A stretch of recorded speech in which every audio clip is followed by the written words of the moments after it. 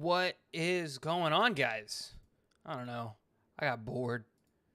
I thought, what the hell? Let's go live. Let's talk some football. Let's go hang out. I had a fun time in the Thursday thick of it. Wanted to keep that fun time going. So let's hang. How's everyone doing? Let me get this chat working. Channel, content, live. Gotta update. Oop, that's not what I wanted to do. That's not what I wanted to do. And live control studio. Pull this out. Let me pop out the chat. Gotta fix the chats. And then live chats. And is it this one? Yeah, it is. Naughty in the house. What's up? Monkey Man Stand. Did you see the Cardinals jerseys? They suck, dude. That's not even fair to say that they suck, dude. They're just. I never understood, why can't football jerseys be fun? I don't get it, man. Like, what's stopping these teams from having a fun football jersey? I keep looking at, like, the AFL and Madden and all of these different like, okay, Madden's not real, but, like, I keep looking at, like, the AFL and the XFL and all of these different football organizations, and then, like, these schools and these programs and all of these places that have absolutely insane uniforms, and then you just get, meh, Arizona. Like, that's it? That's all you could muster? A freaking red jersey that says Arizona on it. You couldn't put the, like, what is it, those terracotta pot like things on the shoulders. You couldn't come up with any decal. Couldn't do anything like that. Nothing. You couldn't create, like, dude, Arizona's in the desert. You couldn't put a cactus on there. Like, there's so many ways that they make this thing, that they could have made this thing, like, an experience, something that you recognize, something that can be unique to frickin' Arizona, and they just didn't do anything. Like, it's just the same thing happened with the Commanders jersey, man. Like, you're in the nation's capital, first of all. So why are you that color scheme? Make it make sense, right? You're not the Redskins anymore. You're the Commanders. Change your colors, right? That's the first thing. But two, like, nothing. There's not a single thing that you could put in there that's, like, referencing the fact that you're in the nation's capital. There's not one thing that you can put in there, maybe, to reference the history of the football team other than the colors. It's just so, I never understood these jersey redesigns, and, like, I get it, John. Nalty makes a great point here. Everyone's so scared of being offensive these days. But is putting those, like, I gotta find it.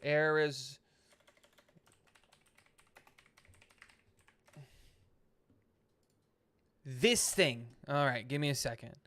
Let me go to, nope. This screen. Like, this design. Like, that thing? You know what I'm talking about? You couldn't put, like, these little things. The Arizona, like, clear-cut Arizona, like, this came out of there. Like, you can't do that? That's going to offend people? I don't know. I just find it so ridiculous. The whole thing. So ridiculous. Dave the Dude, what's up? How you doing, man?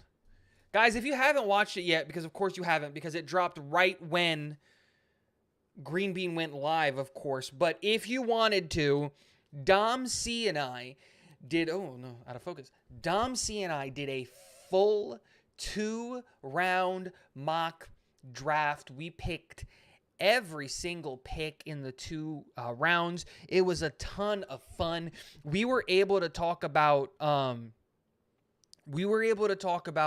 a bunch of really, really cool prospects that we normally don't get to talk about. We got to gush on some draft crushes that we had, and it was really cool to be able to talk about these guys because, like, if you guys don't know, right, I've been releasing my top 5 favorite players at each position every day. Later on tonight, the tight ends are going to drop later tonight. Tomorrow are the centers. The day after are the guards. The day after that is the offensive tackles, and then we switch to the defense. We're going to have one every day until the draft. But that not being the point, we were able to talk about some guys that we normally don't get to talk about, some guys that we're big fans of. You know, I got to gush and talk about Tuli Tuipulotu, a guy that I really do like and I think might be a Jets pick at 42 or 43 if we keep him and all of those things. It was just a cool little piece of hanging out. And here's the thing. No, Johnny, I didn't. I got to that stream really late. I got there right before the draft. I got there right before trivia, which was awesome because it's like my peak Jets fandom. Like, I still have my Geno jersey. Like, I bought this in 2013 after the Miami game, like, of that season. Like, I know that season really, really well. So it was really cool to be able to talk about that. I'm putting it on. Screw it. But it was one of those things where it was a great, great option. Like, I don't know. It was just cool to hang out. But if someone can give me a recap on what he said, because now if Johnny's excited, Johnny's a moderate Jets fan. You know, he's not crazy. He's not a Mekhi Becton truther, but he's also not a Mekhi Becton hater. Someone could wrap that up for me, or if like you can tell me when it happened in the show. I'll go back and I'll watch it because I am really excited about Mekhi Becton and his possibilities and the things that he might be able to do this upcoming year. That being said, John Nolte poses a great question. Why would the Jets even consider a tight end in this draft? Well, because of Nathaniel Hackett, right? We have to remember that CJ Uzomah and Tyler Conklin, well, not CJ, but Tyler Conklin has trade value. You can probably trade him away if you wanted to and probably clear up some cap space if you did it post June 1st. So that's one thing right there. But I think the biggest thing that I think that you have to take away from that is the fact that, like, love him or hate him, Kenny Yeboah is not a game-changing piece in this draft or on this team, like long or short term. Like, that's just the reality of the situation. But we know how much, and like truly how much,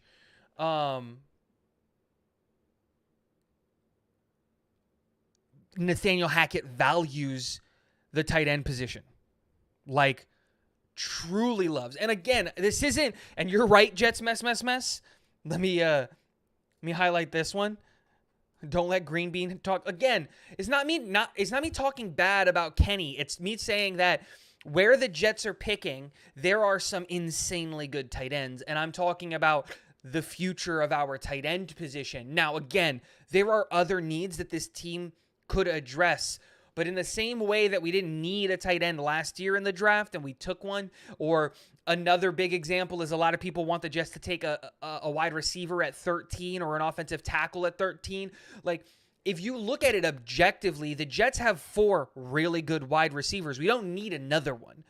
But I understand why they want to do that. Another example of that is if you look at the offensive tackle room. Technically speaking, Mekhi Becton, Dwayne Brown, Max Mitchell, that's a really good offensive tackle room when healthy. But I would still go offensive tackle. Damn! Green Bean got it. Ah, man, I got busted. I'm just saying, like, Sam Laporta on this team would be insane. Luke Musgrave, right here. Luke Musgrave out of Oregon. No, is he? I don't remember. Luke Musgrave would be a great addition to this team. Darnell Wright, like, them's fighting words, Tigo. Again, it's not me. It's not that I dislike Kenny Yeboah, and I'm not even saying that the Jets should look at tight end, because this is where these rumors get crazy, and now I become the Jets gotta get a tight end of the draft. No, that's not what I'm saying. What I'm saying is there are a lot of really good tight ends in this draft. right? That's what I'm saying. Like a great example of this would be what happens if the New York Jets trade out of 13 and they go to 19. And by the time you're at 19, all of the offensive tackles are gone, which is a real possibility. If all 5 offensive tackles are gone by 19, which is real, what do the Jets do then at 19? There's a real chance that Kalijah Cansey's gone by then. We don't need, there's a real chance that all of the edges are gone by then. There's a real chance that all of the interior defensive linemen are gone by then. Like, what do you do if you're staring down the face of Michael Mayer? The guy who I think legitimately is George Kittle reincarnate. Do you really pass that up? If JSN is gone, there's not another wide receiver you're taking in the first. If the offensive tackles are gone, you're not taking an offensive tackle there. You're not overdrafting DeJuan Jones at 19. Like, that's just way too much of a reach. Is there a linebacker worth going in the first? I don't think so. Is there a safety that we can play immediately that's available in the first? No, Brian Branch is a slot corner slash strong safety guy. I'm just saying, Michael Mayer in Gotham Green would look magnifique. He's my favorite tight end in this draft. That video is dropping later tonight. And Green Bean gets it. An upgrade is an upgrade. I love Kenny, but right now he's a special teamer. And with how much Nathaniel Hackett loves his tight ends, and we're going to be running 2 tight end, 3 tight end sets all of the time. Like, get ready. Like, get ready for the jumbo packages, guys, where we have four tight ends on the field. And I'm talking like you got your 5 offensive linemen, CJ Uzama and Jeremy Ruckert on one side, Tyler Conklin on the other side, Nick Bawden in the backfield as a fullback, and you're going to pull Tyler Conklin because he's the fastest of the bunch, run across the line in motion, and then it's just a brick wall of man meat pushing the get ready for jumbo packages. And I'm super excited for it. Like, I formation, jumbo package, boom, and you just run 3 tight ends, a fullback, bring in Max Mitchell to be one of the other tight ends, and you just have 9 offensive linemen on the line. And that's what Nathaniel Hackett does, right? He runs the ball, and that's how he creates his space, and he does all of that. So that's why I say look at a tight end, because, one, I love tight ends. It's my favorite non-quarterback position on the football field, like, just truthfully. And yeah, boom. Just own it. There it is, my M. Lopez. The Jets need a tight end. That's my thing, I guess, now. What's the other one that's been thrown on me? There was one recently that I was just... I don't remember what it was. Oh, I had the audacity of saying that if Witherspoon or Gonzalez are there at 13, you have to at least have that conversation, right? Because I think they're that good. And I don't think they make it that far, but, like, if they're there, you need to at least take a minute to think about it. Because, like, Sauce Gardner, DJ Reed, and like, Christian Gonzalez, just the best secondary in football. Like, we already have the best secondary in football, but I'm talking about, like, of all time? Is that the best secondary of all time? Is that what that is? And, yeah, I have the audacity to think about this team in the future, and yeah. DT in center or tight end in center in the second round. That's what I'm saying, Zachary Berner. Like, I'd love for it to be defensive tackle in center. Like, that's what I would want. If we're keeping 42 and 43, which I don't think we're doing, I would love for it to go center defensive tackle. Like, the perfect draft for me goes Broderick Jones at 13, Tuli Tuipulotu at 42, John Michael Schmitz at 43, and if John Michael Schmitz is gone, Luke Whippler at 43. Like, that to me is my all-time great. Like, Joe Douglas just won the draft again. Holy crap, how does this guy keep doing it? Like, I love those guys. But, like, Al Woods is still out there if we need another defensive tackle. Ben Jones is out there if we need a center. If Laporta or Musgrave is there in the second at 43, I just might, honestly. Like, I don't know. But again, I tend to love tight ends.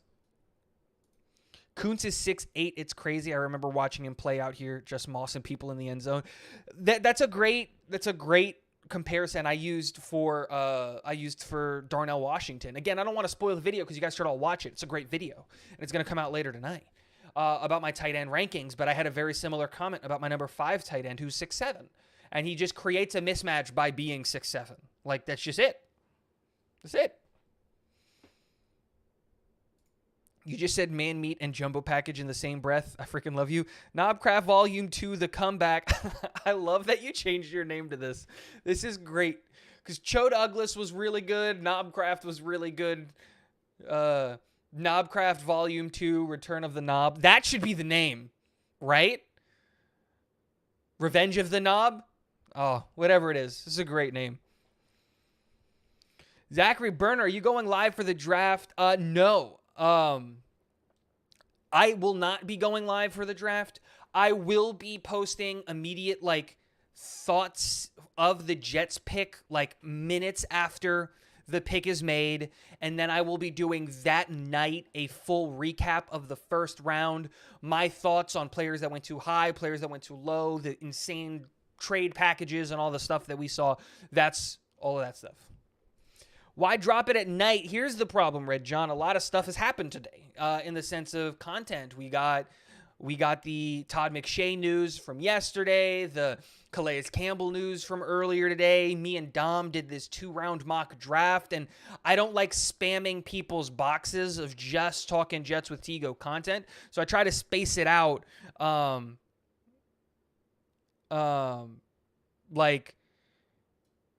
For not spacing it out. I want to space it out, give it a couple of hours and all that stuff. And the other thing is if you wake up to talking Jets with Tigo content, I don't care. You'll watch it eventually. So, yeah, I don't care about getting the immediate views. Tin Star in the house. What's up, Tin Star?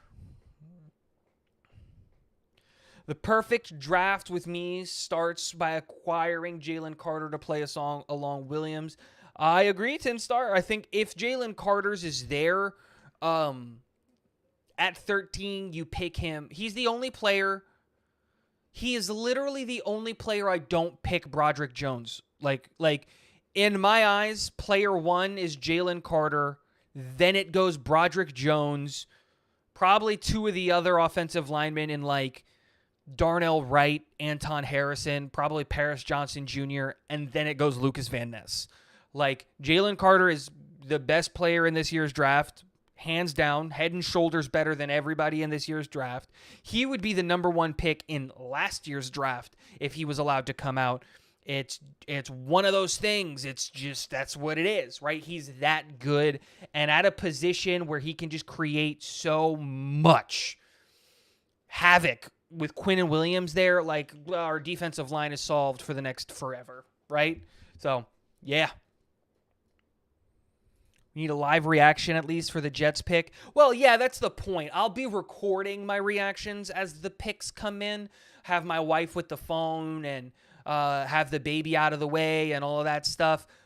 But it's hard to compete when you look at day 1 of the draft right now. I'm not big enough of a channel.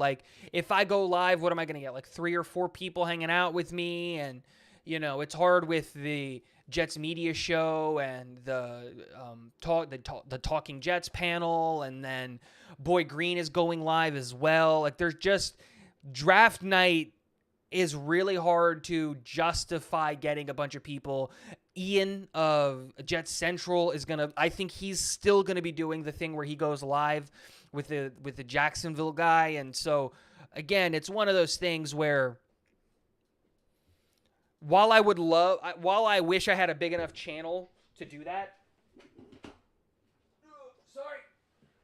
While I wish I had a big enough channel to justify going live on the I just don't, and I don't want to. My family comes over for the draft. They don't care about the draft. Okay, let me correct that. My family comes over to watch me watch the draft because I freak out. I know all of these guys by names, and my wife and my dad and my mom are just why do you care if this kid is going to, and he's just Mom, you don't get it because this guy is a great fit for this team. And then it's just like last year, they could not stop laughing at me because I could not formulate words when New England took Cole Strange.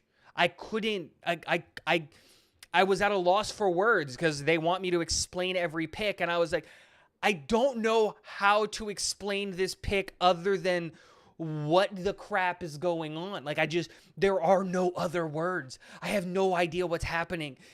Is New England, either New England is galaxy braining the rest of us, or Bill Belichick's gone insane. And since I hate Bill Belichick, I'm going to go with the idea that he's going in, and that's that. But yeah. Tigo, is Hopkins still an option? Probably, yeah. Until he's traded, he's always going to be an option. Absolutely.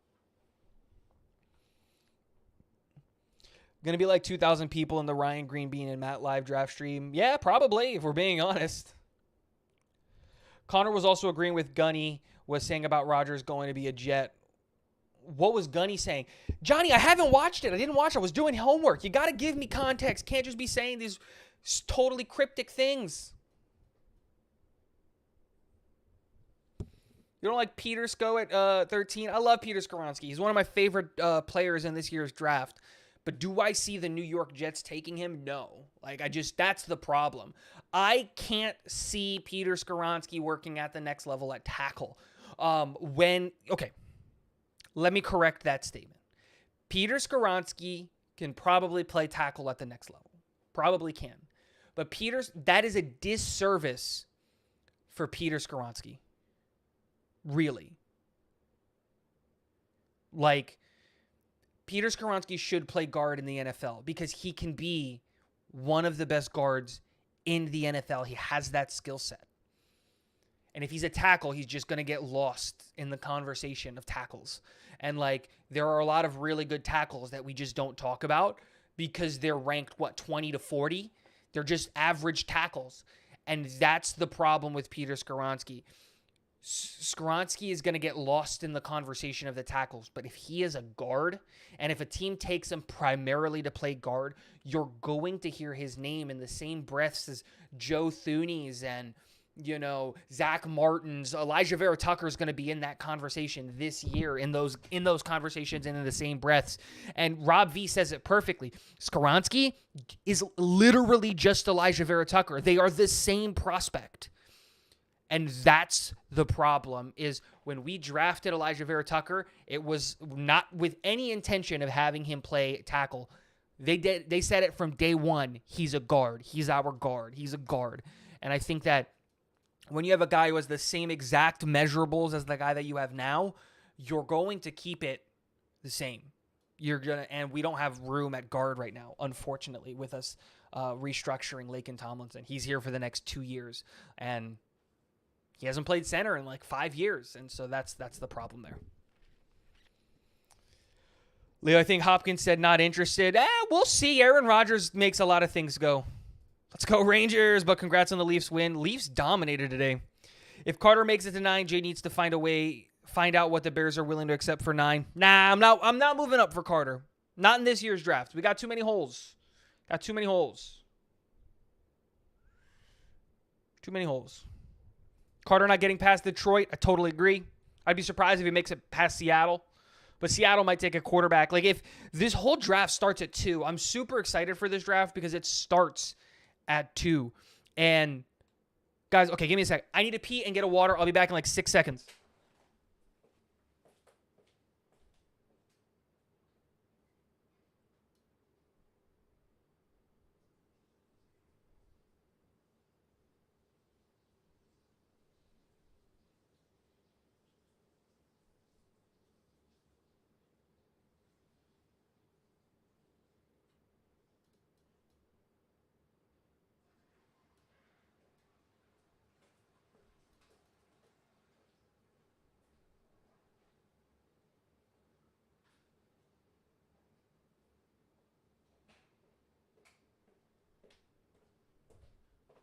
All right, I'm back. What was I talking about? Yeah, Carter's not making it past Detroit. Carter's not making it past Seattle. But I was talking about the draft. At number 2 overall, I think it's going to be really interesting because I don't think Houston's taking a quarterback. I believe if Bryce Young is gone, which I think is what the pick is going to be, if Bryce Young is gone, don't expect them to take C.J. Stroud. The pick is one of the Wills. The pick is Will Anderson or Will Levis. at 2. Trust. Big trust. Trust. What pick would have you throwing a remote in the wall? At 13? If we took one of the linebackers, honestly, yeah, if we took one of the linebackers, that would be me. Just because it'd be way too early to take a linebacker in my eyes. If you took a linebacker at 13, fire everybody. Knobcraft, Hard Knob Life, the mixtape. Oh, I love it. Thank you for the super chat, my guy. I love you, man. Who do you see having the most inexplicable potential slide down the board? CJ Stroud. CJ Stroud is going to go to the Titans at 11. Watch. He's going to the Titans at 11. If the Texans don't take him at 2, here's the thing. CJ Stroud has one of 2 options. He's either going to be taken at 1 by the Carolina Panthers, which is, I think, the pick that they should make, or he's not going to go until like 11. Or like he's not going to go until 9 when a team trades up to go get him. He's going to have the slide that's going to be like, wait, what? What is happening? Why? Why is this guy still here? Yeah. Like, yeah. Tin Star, why do you have to put this out into the world? Don't draft. I wouldn't draft Hendon Hooker in the 3rd round, let alone at 13. Oh, don't put that out there. Rico with a question. Oh, wait, give me a second. Connor also said that if Carter drops and the Jets are up, it might happen. Spoke about him next to Q. Lawson would be a problem. He stated he is a generational player. All of those things are true. All of those things are true. Rico the Pup. What's up, my guy? Hey, Tigo. How much do you think a pending contract signing affects a team's decision making for a draft? For example, signing Quinnen. Do we draft a DT high to get a top pair, or do we value DT less? This is a very interesting question because the Quinnen contract. Okay, I'm going to break this question down into parts. Because how much is a pending contract affect the team's decision at the draft? It depends on whose contract is pending. For example, if Carl Lawson is a great example of this, right? Carl Lawson is on a pending contract. This is the last year of his deal. His expectation is to either get a new deal or to play out the remainder of his deal and leave the team next year. That's a pending contract. That being said, we don't let Lawson's contract affect what we do in the draft. We took Lawson's replacement in Jermaine Johnson last year because we knew that this was a problem that we were facing. The reason Quinnen Williams' contract doesn't affect or change the plan on what we need to do to address the DT is because we know for a fact that DT is a need. Outside of Quinnen Williams, short-term, long-term, all of that stuff. Defensive tackle is a need. We have one defensive tackle under contract beyond this year, and that's Quinnen Williams. That's it. Well, as of right now, I think this is the last year of his deal. So it's not even like again, you get the point. But it just depends on the player, right? We drafted Garrett Wilson because Corey Davis's contract was expiring. He's on a pending contract signing.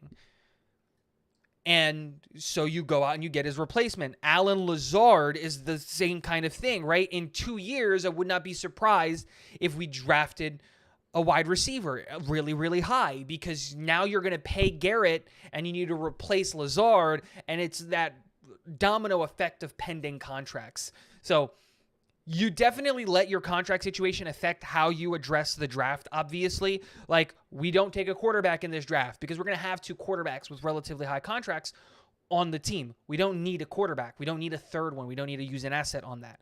But, we only have 4 linebackers. 4? Yeah, 4 linebackers as of right now.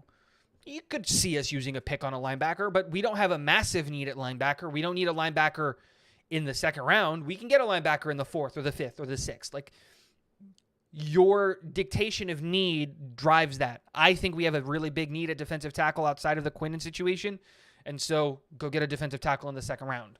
I think we have a massive need at center and offensive tackle. That's why I want those positions to be taken at 13 and 42, respectively. Great question.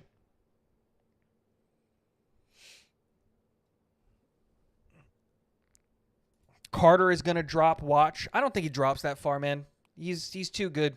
Connor raved that Becton's weight drop looks healthy this time. He's looking ripped. Love it. Love it. Here's a question for Jets fans. With the contract Hugh is expected to get, would you trade him? Nope. Nope.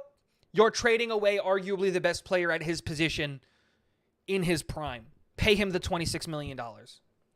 It's not that complicated. We're not paying anybody else on that defense. We're about to lose a bunch of massive contracts on that defense. We're about to get into a position where we can get rid of a bunch of bloated contracts on that defense. Like, don't blow it. Just don't blow it. Quinnen Williams is hands down the best player on our defense right now. And he has followed so close, and I'm talking about it's a unicorn eyelash of a distance between Quinnen Williams and Sauce Gardner. If Sauce Gardner had like 3 more interceptions, I'd be more into that argument. But Quinnen Williams is arguably the best player on our defense, hands down, and arguably the second best player at his position in all of the NFL. You don't move on from that. It's like saying, well, we're going to have to pay Sauce Gardner number 1 cornerback money. Do we look at trading him now, since probably right now we can get 2 first-round picks for Sauce Gardner? No, just pay the man. Figure the rest of the team out around him. Yeah. It's a good question, though, Tinstar. You should take calls on everybody. And everybody should have a price. The reality is that some players' prices are just too high. For example, if there were no rules into what you could trade, I think you could convince Kansas City to trade away Patrick Mahomes if you offered them 2 first-round picks in every single draft for the next 10 years. It's your responsibility as a team to go and get another first-round pick for the next 10 years to give to Kansas City. Like, if there were no rules, I'm sorry, 20 first-round picks over the next 10 years, I might trade Patrick Mahomes. Again, every player has a price. Just those prices aren't realistic. You're never going to meet that price. You're never going to get to a point to where Kansas City is dumb for not trading away Patrick Mahomes, right? Like, you get to a certain point where that makes a thing. But cap's not real anyway. You're not going to trade a guy when he's the best at his position. When, like, there's no offer a team can make that would make sense. Really. What happens if AR is traded to the 49ers? What do you draft at 13, pick of the draft? I don't think that's an option. 49ers aren't going to go in on Aaron Rodgers. They've already said that they're out on Aaron Rodgers multiple times, like recently. And yeah, I'm not worried about the 49ers at all. He's also said he doesn't want to go to California. He doesn't want to go to the 49ers. Rodgers said that. And Rodgers, as of like last week, was texting people that he wants to be a Jet. So why would San Francisco get involved? It doesn't make sense. I get why people are doing this. We've been in here so long that now we're scared it's not going to happen. It's going to happen. Don't worry about it. No other team is going to get involved. If people keep bringing up the Tennessee Titans. Oh, the Tennessee Titans. That's great.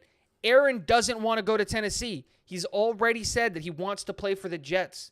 He's been recruiting players to go to the Jets. Think what you will about Aaron Rodgers. He's not a scumbag. Like, he might be a jerk. He might be a prima donna. Like, he might be those types of words. I don't think those things. But he might be. But he's not a scumbag. He's not going to Brett Favre this situation and just use us to get to Minnesota. Right? That's the reality of the situation.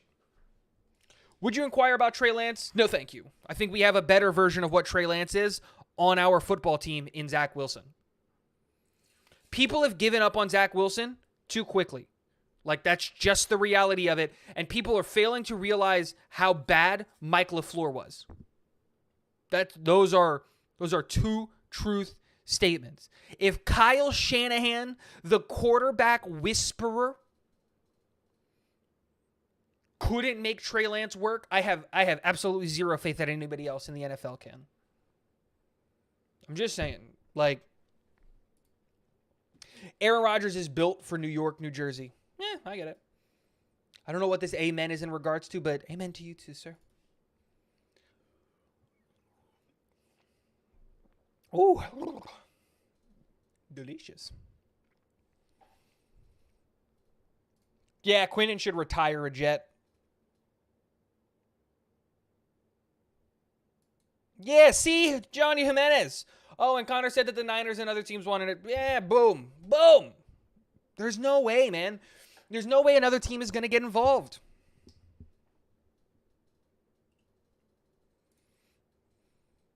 Jets Forever says y'all are weird for giving up on Zach. Jets Forever is too wild with some of his takes. Zach needs to sit. Zach needs a reset. What Zach needs, honestly, is, how do I say this PG-13? No, there's no way to say it. Zach needs a blowjob and a therapist. Maybe from the same, and therapy. Like, that's really it. He got the yips, dude. Go watch Zach's tape again at BYU. And at no point in time was he unable to make the easy throws. He could make every throw, and he didn't have accuracy issues. He didn't have anything like that. But he gets to the NFL, and Mike LaFleur, in all of his genius, or whatever you want to call it, goes out there and gives a rookie who came from a relatively small, well, not a relative, BYU's a big school, but you got what I'm saying. It's a small school in comparison to, like, your Georgias, your Bamas, your any SEC schools, and all of that stuff, right? Goes to that guy and says, you know what? Here's the full playbook. The whole thing. Learn it. Dude, they didn't even do that to Trevor Lawrence. Not even in year 2. They didn't even do it in year 2.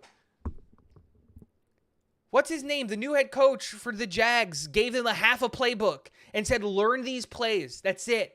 And this is the play that we're going to do. And this is what we're going to run. And it's going to highlight your skill set. And as you get better and as you get more comfortable, we're going to open up the playbook. That's exactly what they did. And Trevor looks insanely good. Now, that might be because he was the number 1 overall. Doug Peterson. Thank you, Rico. Like, that's what a good offensive coach and offensive coordinator does. Thankfully, we finally have that in Nathaniel Hackett. That's it. That's just the reality of the situation. I'm just saying. I'm not saying that I think that Zach could do it again. I don't know. But if he can get over his yips, if he can take a year, sit behind his idol and really learn, I think there's a real shot that we have our guy in Zach Wilson. Like, I really think that he can do it. Now, if that's happening, we'll have to see. I have this silly idea that Zach sits behind his AR, who seems to be a fanboy over, and learns from a top QB. Yeah, man. This is not a silly idea. I've said it for a while. Zach needs a reset. I would hope that he balls out in the preseason and we could somehow get some draft picks for him. I would say a 3rd rounder. He's not going anywhere, man. Why would you give up on him at this point? He doesn't cost you anything, and he is one of the most athletic quarterbacks in the NFL. The dude has like the 3rd strongest arm in the NFL. He can literally throw it 85 yards, standing still with no hip rotation. You don't give up on that yet. Why do we need the 3rd rounder? What is that going to do to help this team? Nothing. You keep Zach and you see what you have. And then, like, no one's giving you a 3rd rounder for Zach. No one. If you move on from Zach now, even if he balls out in the preseason, at most you get a 5th round pick. And that's just not worth it. You keep him, you develop him, you see what happens. Knobcraft says it beautifully here. Hard Knob Life says it beautifully here. Zach has the potential to be repaired. And that's the point. That's the point. Yeah, Peterson knows how to develop guys. People should have made more noise about that hiring. He made Carson Wentz look like an MVP at one point. That's absolutely true. That's absolutely true. Oakland's going to Vegas. Good for them. Maybe they'll start spending some money on their franchise. Maybe you can spend more than $50 million on their whole salary. The one thing I hate about this historically bad comps is that every one of those guys had serious issues off the field. Ryan Leaf, addiction issues. Jamarcus, addiction. An addiction to Trank. Like, yeah, absolutely. And, like, but that's all stat-wise, too. Like, I don't know. I'm cool with running it back with Zach for another year or two to see what happens. And if he can't get the reset in a year or two, like mentally wise, and he's not showing up at practice to like earn his job back, that's a different conversation. But from everything that I hear from all of the people that I talk to that are close enough to the Jets, and I can't believe I can actually say those words, that I know people close enough to the Jets. But people that I know that are close enough to the Jets that are there at the practices and that are watching the practices, they all say the same thing. Zach Wilson in practice is an MVP quarterback. Just what it is. He's an MVP quarterback. Like, if the practices were games, he would be top 10 quarterback in the NFL. But something happens on game day. Now, that might be a thing that he never gets over. Like, he never gets over. But if he can get his head on right, if he can do all that stuff, boy, watch out. Zach can take over the league. I just think his state of mind is shot. That's absolutely true. Trevor Lawrence said that each week they look at his mechanics on film. For some reason, the Jets couldn't help Zach with his footwork. It's almost like you're a coach and you're supposed to develop this guy that you took number 2 overall. That's such a crazy idea, right? Like, oh my God, you just invested the number 2 pick. Maybe you should watch tape with the guy and fix his footwork. Like, it's not that complicated. Like, dude, the guy's escape.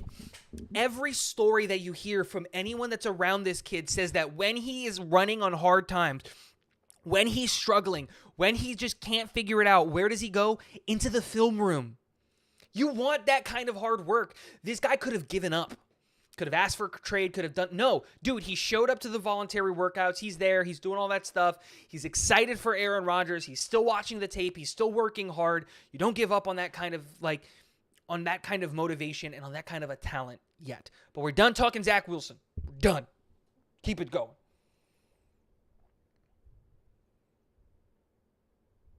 Ravane, what's up? A Zach redemption arc will be one of the craziest storylines in the NFL. Tell me about it. Tigo, why has Brian Calabrese survived the overhaul? With regards to mechanics and all, isn't that kind of falling on the QB coach? Here's the thing, Rico. I don't know, right? It all comes down to what Nathaniel Hackett, every coordinator is going to use their staff differently, right? So, like, what do I mean by that? If you look at Ulbrich, this is a great example. I got to find his name, though, for a second.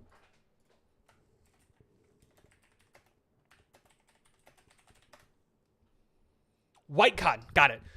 Ulbrich puts a lot of the responsibilities of the defense on his position coaches. And, like, what I mean by that is Ulbrich calls the play, right, for the defense. And he says, okay, we're going to play in a cover 2.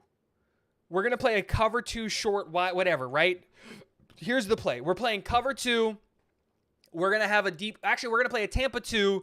But CJ's actually going to drop into the box. Quincy's going to play the single high, but we're going to rotate the defensive line, and we're going to drop CJ into the pass rush, and we're going to drop Carl into coverage, and he's going to cover the flat, right? And so he comes up with that play call. That's the play call. We're playing Tampa 2. Quincy's taking the top middle. CJ's coming down. Carl is leaving to cover the zone, and that's the play call. Well, White Cotton at that point then gets to go into a play call theoretically and then call what the defensive line's responsibility is, right? Who are we stunting? Are we stunting at all? Who's going where and why? What alignment do we want? Do we want a guy right over the center?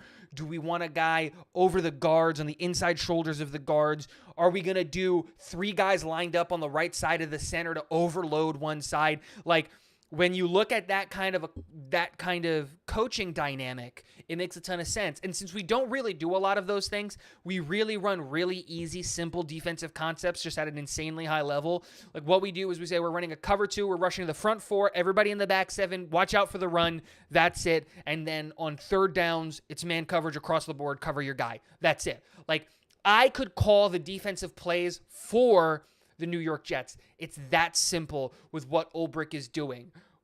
Ulbrich shouldn't get credit for what he's doing on game days. Ulbrich needs to get credit for what he's doing Monday through Saturday, because building the game plan and really breaking down the tape and all of that stuff, that's where Ulbrich shines, and that's what he's doing insanely well. Now, pivoting this back to the offense, I have no idea what Rob Calabrese's responsibilities as the QB coach were. We see this all the time. We're like, a great example of this is Mike LaFleur in the Rams. He's going to do nothing. He's not going to be the quarterback's coach. He's not because McVay does all of that. McVay is the guy calling the offensive plays, and he's the guy talking to the quarterback and working with the quarterback and doing all of those things. So, he just gets to be a part of the meetings. The same things happen in Miami with their offensive coordinator and their quarterback's coach. It literally doesn't matter because McDaniel is doing all of the things. I don't know how Hackett or how LaFleur ran their offenses, and that's maybe why Calabrese survived, because if you're Hackett, I would do the same thing. I would probably keep Brian Calabrese if it came down to the situation where Mike LaFleur was the one controlling everything. If Mike LaFleur thought that he was going to be the offensive play caller, the quarterback's coach, and all of those things, if that's the situation, then Rob Calabrese didn't do anything wrong. He wasn't given the opportunity to really work with Zach and develop Zach and to do those things. And you have to remember that we're bringing in a very, very similar system from what Mike LaFleur ran to what Nathaniel Hackett is going to run, and with just better play calling, obviously. And so having a guy who was there last year and knows what these guys do at a really high level is really going to help this team. And whether you believe it or not, Rob Calabrese is actually considered an up-and-coming coach when you look at the guys who are being considered for offensive coordinator positions. And he is an asset, even though technically him and Mike LaFleur failed Zach Wilson. So there's a really, really, really, really, really long-winded answer to give you that answer. There's a really long-winded way to give you that answer.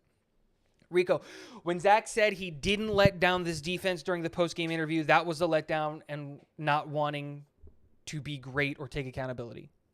I don't know what that was referencing. Oh, I got it. Would you use Hardman on punt and kick returns or just on the offense? I would use a combination of McColl and Bam, honestly. I would put them both back there. With McColl's injury concern and McColl's injury history, I might like using Bam a little bit more. Also, because Bam has this innate ability to fall forward when he gets tackled. I haven't watched enough of McCole Hardman to understand what he provides on special teams, other than the fact that I know he can play special teams. But I've seen Bam Knight, obviously, when I did my scouting report and all of that stuff. I know what Bam Knight can bring to the table, to the proverbial table in special teams. And the Jets have a tendency to line up 2 guys back there, so I would put them both back there and just kind of say on punt, right, or on kick return specifically, and say, hey, we're going to try to get the ball to Bam, so McCole just kind of go up there and chop block somebody. But yeah. I find it humorous how a guy that everyone says ruined Russell Wilson is supposed to save Zach Wilson. Because that's just objectively not true. If you look at Russell Wilson, this was all written in the cards. Russell Wilson hasn't been good for years, and Denver trading all of those assets for Russell was a massive mistake. But if you look at historically what Hackett has done as an offensive coordinator, he's been phenomenal. And also, we got to stop putting the head coach and a coordinator job in the same conversation. They are not the same job, Tin Star. Todd Bowles is one of the best defensive coordinators in this damn league. He is one of the worst head coaches in the same league. Todd Bowles has no business being a head coach in the NFL. But the day he gets fired, and I mean the day he gets fired from the Tampa Bay Buccaneers, he will have calls from teams interested in him running their defenses. He is that good at being a defensive coordinator. But the moment you tack on the responsibilities of a head coach and doing all of those things, it's a different job. It is much harder to be a head coach and also be a guy who calls plays. Like, that's why we don't see it work at the next level. Like, and that's just the truth of it, in my opinion. It is so hard to be a head coach who calls plays and works and does all the things with the defense and all of those things. It's not the same thing. And Denver was broken the moment they gave Russell Wilson. Russell Wilson's ego is why they had to go get Sean Payton. Denver couldn't hire just any coach. They traded for Russell Wilson and then gave him a massive contract. They let his team, like his personal team, into the facilities. They had an office. Dude, you couldn't go to Russell Wilson and say anything because the moment that the team did that, he's the biggest dog in the building. Nathaniel Hackett doesn't have anything to say there. Offensive coordinator doesn't have anything to say there. But Nathaniel Hackett with freaking Blake Bortles went to the AFC Championship game. Blake Bortles, man. Nathaniel Hackett went to a Green Bay Packers team as an offensive coordinator and was specifically in charge of the run game and the red zone and had one of the most effective run games, one of the most efficient red zone things, and helped Aaron Rodgers get to 2 back-to-back MVPs. And if you don't believe me that that's the case, go back to Green Bay last year and look at their red zone efficiency and their running game efficiency compared to the 2 years that Nathaniel Hackett was in Green Bay. Falls off a cliff, and the players didn't change. They kept everybody except Devontae Adams. They kept everybody. Why did your run game get worse from losing Devontae Adams? Doesn't make sense. Why did your red zone efficiency didn't get worse if you still had Aaron Jones and the other guy, A.J. Donald, Aaron Donald, I forget his name. The other running back. They got 2 legit running backs. I'm just saying. McVay is going to have LaFleur out of the way, distracted, playing with Barbies on game day. And the crazy thing is, because he's going to be on the Rams, he's going to get a head coaching job in 3 years.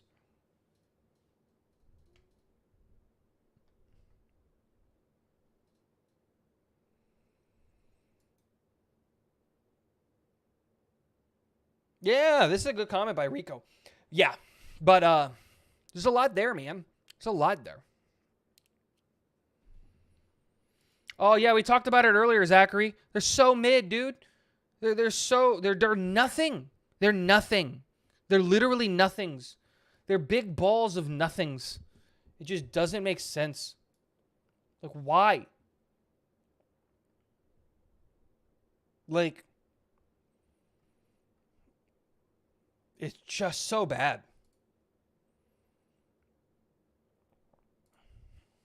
That's nightmare fuel. Oh, I love it. I love it. What do you guys want to talk about? Ask me questions. Let's talk draft. Let's talk prospects. What prospects do you guys want to hear a deep dive on?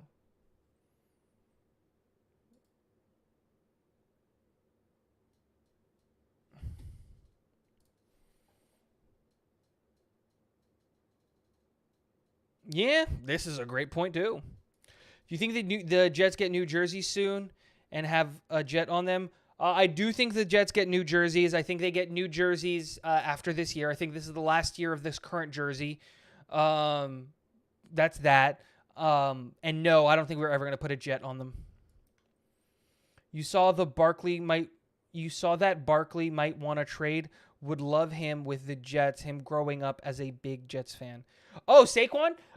That'd be way too rich for my blood. Saquon wants to get paid, right? That's the thing. Saquon wants to get paid, and he deserves to get paid. And the problem is that the Jets aren't going to pay him. That's the real thing. That's just the Jets aren't going to pay that guy what he wants at a running back. And so while you're right, while I think that would be an insanely like good draft like thing, I don't want to trade assets for Saquon. Saquon is going to stay in New York. Like that's the real thing there. 4th round gem. Ooh. Okay, here's a couple of names that'll go in the 4th round. Unironically, a lot of them are running backs. Rashawn Johnson out of Texas. He was the backup running back to Bijan Robinson. If he would have gone to a different school, he would have been the feature back. I think Rashawn Johnson has it at the NFL level. Dwayne McBride is another guy that'll be there in running back out of UAB. Would not be surprised if the Jets took him. He has actually met with the Jets. Israel Abanikanda, the running back from Pitt, another guy that's insanely good. 2 defensive linemen, Carl Brooks out of Bowling Green and Kobe Turner out of Wake Forest, guys that I'm interested in. Luke Schoonmaker, the Jets met with him, the tight end out of Michigan, interests me a lot. J.L. Skinner is the type of guy that the New York Jets would draft and then convert him to linebacker. I love the idea of that a lot. Juice Scruggs, the center out of Penn State, would not be surprised if he was on the Jets list if we don't take a center in the 2nd round. Riley Moss, the cornerback out of Iowa, he is the unicorn. He's the white cornerback, and I think that he has a spot in the NFL, probably as a slot corner. But I like me some Riley Moss. Ronnie Hickman is a guy that a lot of people are a fan of, the safety out of Ohio State. I'm not the biggest fan of him, but that's that. Zach Evans, the running back out of Ole Miss. All those guys are probably going in the 4th round. Olusegun Oluwatimi, another guy that I think would be an interesting pick. Those are all 4th round. Noah Sewell out of Oregon, probably a 4th round linebacker. Those are the guys that I would look at the Jets probably taking in the 4th round. Great question. Jesus Christ. Who's the best corner in the draft? I'm worried about Devin Witherspoon's size at the next level, but I have him as 1B to Christian Gonzalez as 1A. They're both insanely good.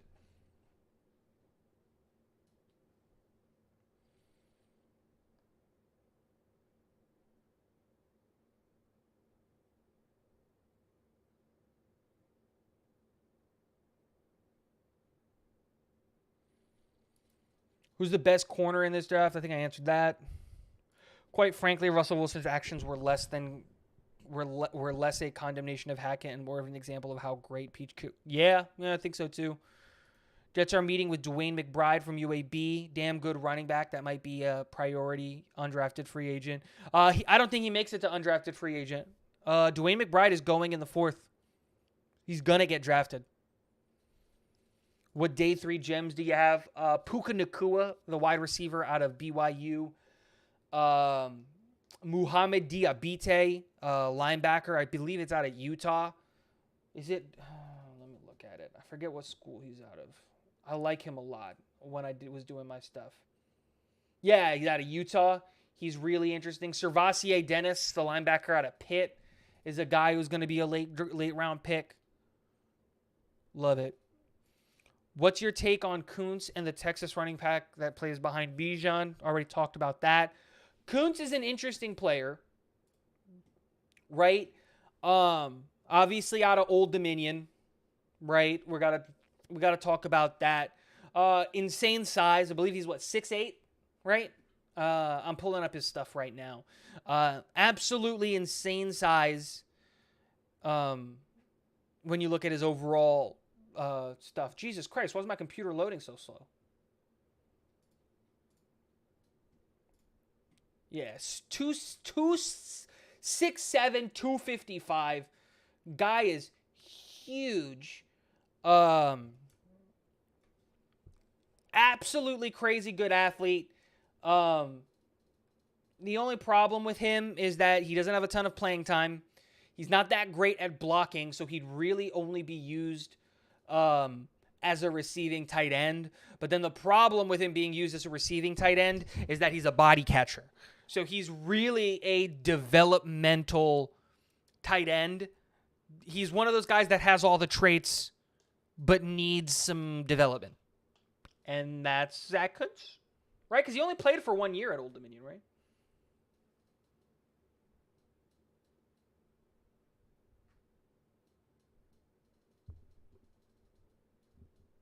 And then isn't he old too? How old is he? Yeah, he's a 24-year-old prospect, you know? You had to leave Penn State to go to Old Dominion to get playtime. Yeah, there's that. Who is the biggest bust player you have looked at so far you just don't like? Hendon Hooker. Hendon Hooker is probably one of them.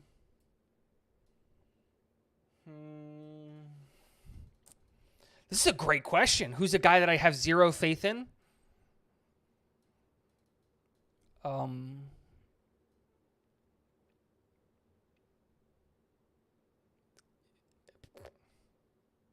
Emmanuel Forbes. That's a good one. That's a good one. I don't know how Emmanuel Forbes is going to play cornerback at the NFL at 160 pounds. I know a lot of people really like him, but if he stays at corner, I don't believe in him at all. Kelly Ringo. If he stays at corner, I don't believe in him. But if he transfers to free safety, he's got a shot. He's got a shot. Darnell Washington. If you keep him at tight end, I think it's a disservice to him. I don't know if he's going to work as a tight end.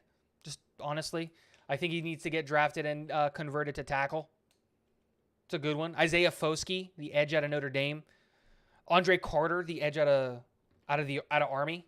I really wanted him to be better, and he's just not. Hurts me. I don't know what Isaiah Foskey's really going to do at the next level. I have a hard time believing in him. I hope I'm wrong about him.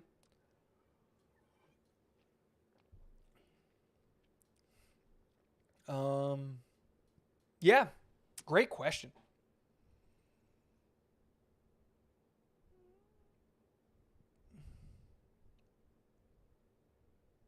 What is the best draft name this year? Easy breezy. Where is he? It's either Olusegun Oluwatimi or Adotomiwa Odebawore. Those are the best names. The African names are, they're magnificent. They're so powerful. Love it. That or just Jack Campbell. That doesn't sound like a white linebacker with a neck roll who just hits hard.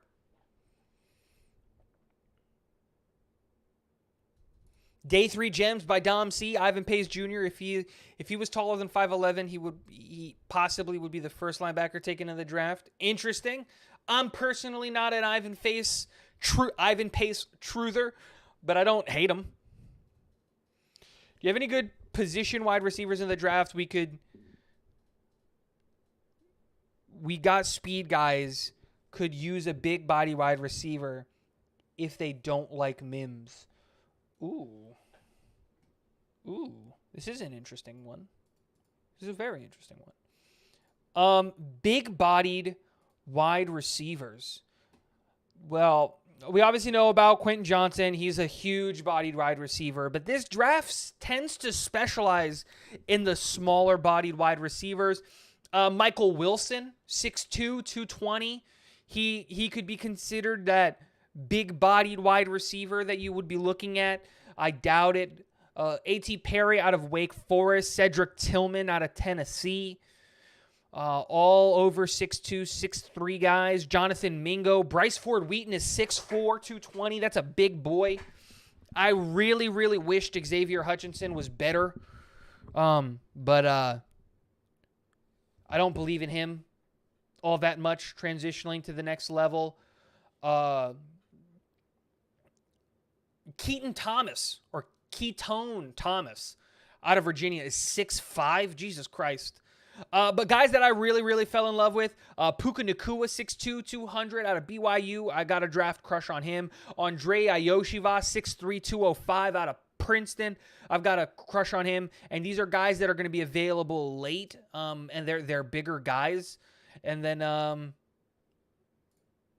yeah, those are the guys really at the wide receiver position that I've kind of gotten man crushes for that could legitimately be Jets. COVID rules have put some old guys into this draft. Yep. Nolan Smith will not be good if he gets put in a 4-3 defense. I disagree. I think he's good enough to be put in a 4-3 defense. Again, you got to just be creative with a guy like Nolan Smith. My worst case scenario for the NFL is if Nolan Smith ends up in Dallas. If Nolan Smith goes to Dallas, watch out, man. They're going to be too good. Did you play ball in what position? I did. I played quarterback. Look, when I went to play football for the first time, I was actually a fullback. As the second smallest guy on the football team, the coaches decided to put me at fullback. So I was a fullback for 2 weeks before they realized fullback wasn't the position to put me at. And I was playing, and remember, when you're small, you play both sides of the football. You play offense and you play defense. So I was a fullback, and then I was also a linebacker. And during one practice, I came downhill on the quarterback and just laid his crap out. And it was the Suns kid. And he quit. He didn't want to play. He didn't like football. He was playing because his dad was the coach. So the dad quit, the coach quit, the son quit, and we got a new coach to come in, and that's when I transitioned to the quarterback. And I played quarterback from that day until Matt Milano retired me in high school. I played quarterback for years. I was going to do the whole thing, go to college for it, do the whole thing, and then I realized I probably was too small to play quarterback at college or to do all those things. This was before, like, sub 6 foot guys were playing quarterback, and I'm 5'11", and I thought, I'm not going to hit my growth spurt. I'm 5'10", actually. I'm sorry, not 5'11". I'm 5'10", and probably not going to be able to go to a school or to do anything like that, so I pivoted over to lacrosse, where guys my height could actually be competitive. And yeah, but I played quarterback until I was a freshman. Until I was a freshman in high school, and then Matt Milano ended my career. What are you eating draft night, and what is your alcoholic beverage of choice? So I don't drink Patty Grimes very often, like at all, but probably would just have like a regular old-ass beer. And I don't know. My wife's in charge of the food. That's it. My wife gets it done. We're probably having wings, though, if we're being honest. Is Damian Sherwood legit for us? I believe so. I think he's awesome. What is your favorite speed guy? Nothing else, just speed, zoom, zoom, zoom. Israel Abanikanda and Andrei Iosivas. I don't know what was happening in Indianapolis, but Andrei Iosivas should have broken the all-time speed record. The guy's probably the fastest kid in this draft. Like, dead. I'm just being serious. Go watch him just sprint in college. The guy's crazy. But yeah.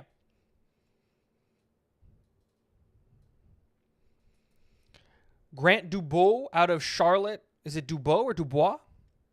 Out of Charlotte is a guy I think could be really good. He's going to go in the 4th or the 5th. I don't know who Grant Dubois is. What position does he play? Grant.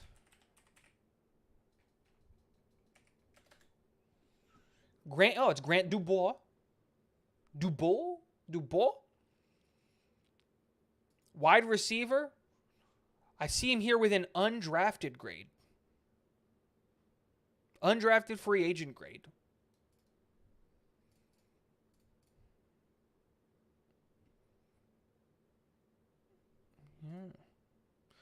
But if it makes you feel any better, Chiefs Live, the trends have him going to the Kansas City Chiefs 9% of the time whenever he's drafted.